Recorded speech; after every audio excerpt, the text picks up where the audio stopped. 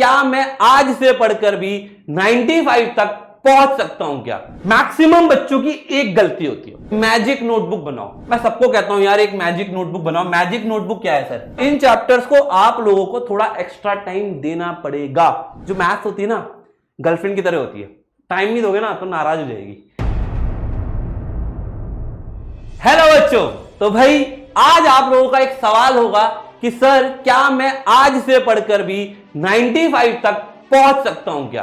तो इसका जवाब बिल्कुल हां है, क्योंकि जब मैं पढ़ता था तो मेरे एक टीचर ने बताया था कि यार आपने पूरे साल कितनी ही मस्तियां करी हो, कितने ही मजे किए हो, लेकिन अगर आपने लास्ट मोमेंट में जो 3 महीने हैं इसमें मेहनत करने लग के, तो यार आपको भी भरोसा नहीं होगा कि इतनी परसेंटेज मेरी आ गई। तो प्लानिंग कर लो। अगर प्लान नहीं करते हो ना तो आप प्लान कर रहे हो फेल होने का, तो पूरी प्लानिंग कर लो। और वो प्लानिंग मैं बताने वाला हूं, फटाफट से यार पेन पेपर लेके बैठो और वीडियो को थोड़ा 1.5x पर भी देख सकते हो, ठीक है? सबसे पहली चीज करनी क्या है सर? पढ़ना क्या है? पढ़ने से पहले हमें पता करना है कि सिलेबस कैसा आ रहा है। कि सर सैंपल पेपर देखेंगे और ये देखेंगे कौन से ऐसे टॉपिक हैं जिससे ज्यादा क्वेश्चन बनते हैं। क्योंकि देखो ऐसा होता है कि 60% क्वेश्चन 40% सिलेबस से आने वाले हैं, तो वो देख लो ताकि आपकी परसेंटेज बढ़ जाए। सबसे पहला काम। अब वन शॉट लेक्चर देखेंगे। वन शॉट लेक्चर कहां देखेंगे यार? देखो इसरोल की ऐप पर भी अवेलेबल है, यूट्यूब चैनल पे भी अवेलेबल है। मैं आपको प्लेलिस्ट का जो लिंक है वो दे दूंगा, डिस्क्रिप्शन में मिल जाएगा। अब वहां पे जाकर देख सकते हो। उसमें लाखों बच्चों ने यार, मतलब यूट्यूब के जो लेक्चर हैं उसमें लाखों बच्चों ने देखे हैं और अपने एग्जाम को टॉप मारा है, ठीक है? तो आप लोग भी वहां जाके देख सकते हो। फिर क्या करना है सर? एनसीईआरटी उठानी है और कोई किताब नहीं पकड़नी है, सिर्फ एनसीईआरटी करनी है इस समय। छोड़ दो कोई और किताब। इसमें जितनी भी एक्सरसाइज है प्लस जितनी भी एग्जाम्पल्स हैं वो सारे करने हैं। एटलीस्ट एक बार तो कर लो। और टाइम कितना लगेगा इसमें? देखो आधा घंटा थ्योरी में लगेगा और मैक्सिमम से मैक्सिमम 3 घंटे एग्जाम्पल और एक्सरसाइज करने में लगेंगे। मतलब एक दिन में एक चैप्टर किया जा सकता है। 2 दिन में भी करोगे तब भी कोई दिक्कत नहीं, क्योंकि आपके पास अभी करीब करीब 90 दिन बाकी है, ठीक है? फिर उसके बाद में नोट्स। यार देखो एसएसटी वगैरह में तो नोट्स कैसे बनाओ?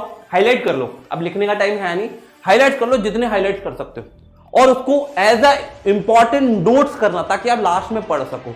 फिर इंपॉर्टेंट क्वेश्चन। यार इंपॉर्टेंट क्वेश्चन जैसे एनसीईआरटी में कुछ टीचर्स मार्क कराते हैं स्कूल के, वो क्वेश्चन, ऐसे क्वेश्चन जो आपसे अटक गए थे, आप नहीं कर पाए एग्जाम में, वो क्वेश्चन। और साथ के साथ एनसीईआरटी एग्जामिनर के एटलीस्ट 50% क्वेश्चन हम लोग कर लेंगे तो हमें कॉन्फिडेंस आ जाएगा।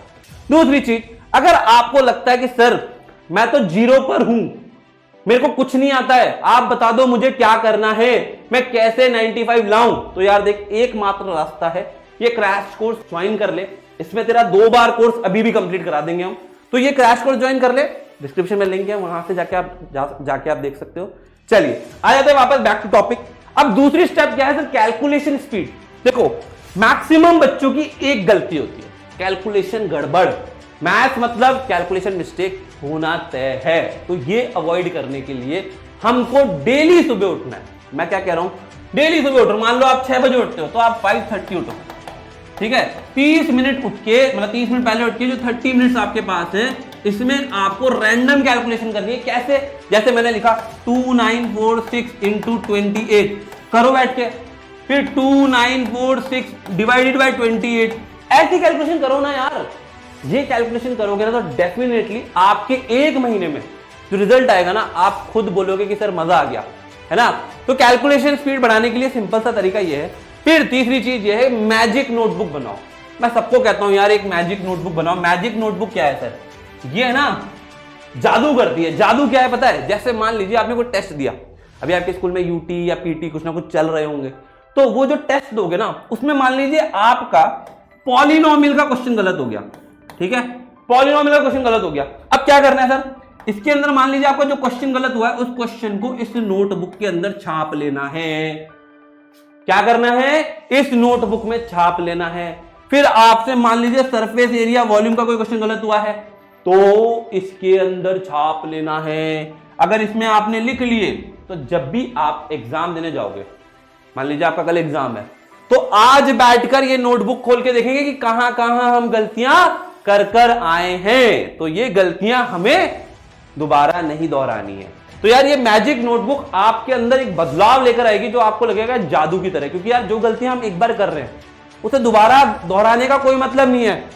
कोशिश करो ऐसी नोटबुक बनाओ, किसी क्वेश्चन में आप अटक गए, मान लो आपने एनसीईआरटी क्वेश्चन किए है ना, एनसीईआरटी में एक्सरसाइज मान लीजिए 2.1 के क्वेश्चन किए या 2.3 के करे, तो आपने क्वेश्चन 1 किया, 2 किया, 3 किया, 4 किया किसी दूसरी कॉपी में, और क्वेश्चन नंबर 5 में आके अटक गए, उस 5 को यहां ले आओ कि मैं इसमें अटका था, इसको मैं यहां करूंगा, ठीक है। फिर बात करते हैं कि यार अबे पढ़ना क्या है और पढ़ना कैसे है। तो यार मैंने ये पूरी टेबल बनाई है जिसके अंदर मैं आपको बताने वाला हूं कौन सा सिलेबस या कौन सा चैप्टर पहले पढ़ना है, कौन सा चैप्टर आसान होने वाला है, कौन सा चैप्टर मुझे छोड़ के चल जाऊंगा तब भी कोई दिक्कत नहीं होगी। तो ये सारी चीजें मैं बताने वाला हूं। देखो सबसे पहले यहां पे देखो इजी, मॉडरेट और डिफिकल्ट, ये मैंने टेबल बनाई है। इसके अंदर नंबर सिस्टम, यार ये है ना लंबा चैप्टर है, थोड़ा बड़ा, लेकिन सबसे आसान चैप्टर है। 10 मार्क्स का वेटेज लगता है ये, 10 मार्क्स मतलब देख लो आप, 10 मार्क्स मतलब 1/10%, मतलब 1/10 इतना ये आपका वेटेज रखता है। तो आपके लिए 10% ये हो गया।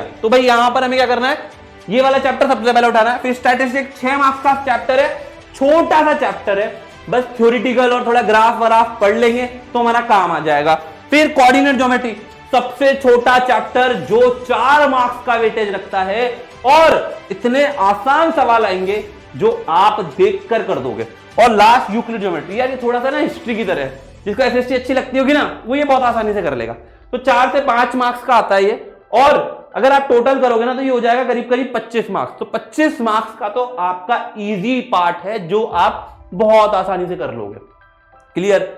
अब बात करते हैं मॉडरेट। मॉडरेट में लीनियर इक्वेशन इन 2 वेरिएबल, थोड़ा सा बड़ा चैप्टर है, थोड़ी सी वर्ड प्रॉब्लम आती है, वो कर लो, ठीक है, 10 मार्क्स का वेटेज। पॉलिनोमियल बहुत सिंपल, मेरे ख्याल से आपको 8 के टॉपिक सारे पढ़ने हैं तो आपके लिए ये भी आसान है। फिर लाइंस एंड एंगल जो लंबा चैप्टर है पर 6 मार्क्स का और आसान चैप्टर है। और फिर एरियाज, ये 6 मार्क्स का जिसमें आपके हेरोन्स फॉर्मूला वगैरह आ जाएंगे। तो यार ये आप देख सकते हो कि अगर इसकी भी बात करते हो जगह 10 और 10 20 और करीब करीब 30 मार्क्स का, तो 25 और 30 आप बोलोगे सर कितने मार्क्स आ गए, 55 मार्क्स तो ऐसे ही आ गए, मतलब आपने बहुत अच्छे स्कोर पर आ चुके हो। अब जो लंबे चैप्टर और थोड़े डिफिकल्ट चैप्टर है, सरफेस एरिया वॉल्यूम, थोड़े से क्वेश्चन डिफिकल्ट आते हैं, थोड़ी सी कैलकुलेशन ज्यादा होती है, लेकिन अगर आपने कैलकुलेशन अच्छी कर ली तो ये चैप्टर बहुत आसान हो जाएगा और एकदम मजेदार हो जाएगा, है ना। फिर बात करते हैं सर ट्राइंगल्स। ट्राइंगल थोड़ा डिफिकल्ट है, बट अगर आपको पसंद आ गया ना एक बार तो बहुत अच्छे से कर पाओगे। फिर क्वाड्रिलेटरल और सर्कल, ये नॉर्मल टू नॉर्मल चैप्टर है, इतने भारी नहीं है, ना लंबे हैं ना छोटे हैं, और इन चैप्टर्स को आप लोगों को थोड़ा एक्स्ट्रा टाइम देना पड़ेगा। जो मैथ्स होती है ना गर्लफ्रेंड की तरह होती है, क्या बात कर रहे हैं, टाइम नहीं दोगे ना तो नाराज हो जाएगी, तो इसको टाइम देना पड़ेगा, ठीक है। तो यार ये पूरा का पूरा स्क्रीनशॉट ले लो यार, आप लोग एक बार देख लो, है ना, और इसी अकॉर्डिंग पढ़ाई करना स्टार्ट कर दो, ठीक है। अब बात करते हैं एवरेज से टॉपर की तरफ कैसे बने। सर देखो सब पढ़ लिया हमने, सारे चैप्टर कर लिए, रिवीजन सबसे जरूरी, रिवीजन करना है। जो एसएसटी वगैरह हो उसको नोट से कर लो, और इसको कैसे करेंगे, जो क्वेश्चन हम गड़बड़ करके आए थे वो पढ़ेंगे। फिर 10 घंटे पर आवर पढ़ना है, पर डे पढ़ना है, पढ़ लोगे। 10 घंटे कैसे पढ़ोगे सर, कितना आसान है, देखो 25 मिनट पढ़ो, 5 मिनट और 5 मिनट का ब्रेक ले लो, 10 मिनट का ब्रेक ले लो, और फिर दोबारा से 25 मिनट पढ़ लो। यहाँ पे एक 25 और गायब हो गया, है ना। तो देखो 25 मिनट पढ़ाई करी, 5 मिनट का ब्रेक लिया, 1 घंटा हो गया, रिवाइंड करो दोबारा, है ना। फिर सिलेक्ट करो टॉपिक जिसका वेटेज ज्यादा, जैसे मैंने आपको बताया सैंपल पेपर करोगे ना तो आपको पता चल जाएगा कि कौन सा चैप्टर का कौन सा टॉपिक ज्यादा वेटेज रखता है। जैसे कि फॉर एग्जांपल आपके नंबर लाइन पर वो √2 √9.5 बनाने को आता है तो ज्यादा वेटेज रखता है, उसको अच्छे से कर लो। एक्सपोनेंट के ज्यादा वेटेज आते हैं, अच्छे से कर लो, ठीक है। और फिर माइंड मैप और की पॉइंट, यार की पॉइंट जैसे माइंड मैप होते हैं, आपको ईसएल की ऐप पर आप आओगे ना तो आपको बहुत सारे माइंड मैप, हर चैप्टर के माइंड मैप मिल जाएंगे। तो वो माइंड मैप आप लोग देख लो एक बार, है ना, और उसको डाउनलोड करके प्रिंट आउट निकाल के रख सकते हो, ताकि आपका काम आसान हो जाएगा, एग्जाम के टाइम रिवीजन हो जाएगा। और मैं टेलीग्राम पे डलवा दूंगा, आपको डिस्क्रिप्शन में टेलीग्राम का लिंक मिल जाएगा, वहां पर आपको पूरे के पूरे माइंड मैप अवेलेबल करा देंगे, तो आप वहां से भी ले सकते हो, ठीक है। तो यार ये रहा। और अगर आप लगता है यार मैं खुद से नहीं कर पा रहा हूं, मेरे से हो ही नहीं पा रहा है, तो यार मैं फिर कह रहा हूं ब्रह्मास्त्र क्रैश कोर्स ज्वाइन कर लो, ताकि आपका 2 बार कोर्स अभी भी कंप्लीट हो जाएगा। इसके बाद आपकी टेस्ट सीरीज होंगी, डाउट सेशंस होंगे, सारथी सेशन होंगे, बहुत कुछ, और एनिमेटेड वीडियो लेक्चर तो है ही सही यार, ठीक है। तो यार फटाफट से यार चैनल को सब्सक्राइब कर लो बेल आइकन हिट कर लो। और देखो आपके लिए मोस्ट एक्सपेक्टेड क्वेश्चन की सीरीज भी हम लोग लेकर आएंगे, लेकिन अभी पहले पढ़ तो लें, तभी तो करेंगे क्वेश्चन, ठीक है। तो चलिए फिर मिलते हैं next time. Bye bye and all the best. और फॉलो करना सारे के सारे पॉइंट जो मैंने आपको बताए।